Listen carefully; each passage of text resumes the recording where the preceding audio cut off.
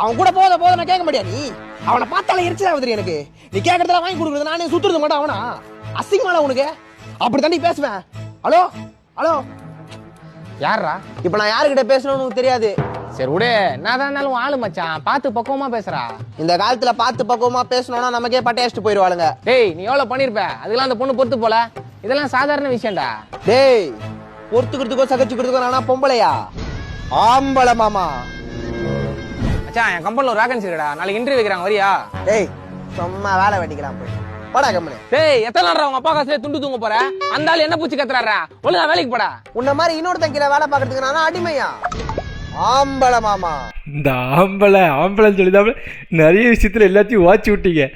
ஆம்பளை அழக்கூடாது, ஆம்பளை மாமா, ஆம்பளால கெத்து யாரை சுட்டா?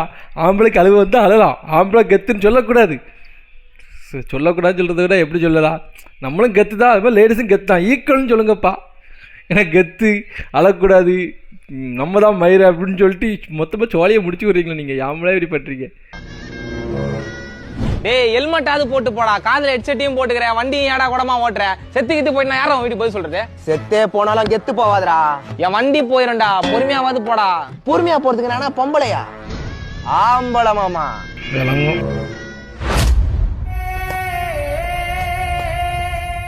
வர லாரி தெரியுமாடா நீ ஆம்பளையா பொம்பளையானே? படிச்சு படிச்சு சொன்னடா, கேட்க மாட்டேன்டா. இதுக்கப்புறமா இந்த வாய் பேச்செல்லாம் விட்டு ஒழுங்கா இருக்க பாடுறா.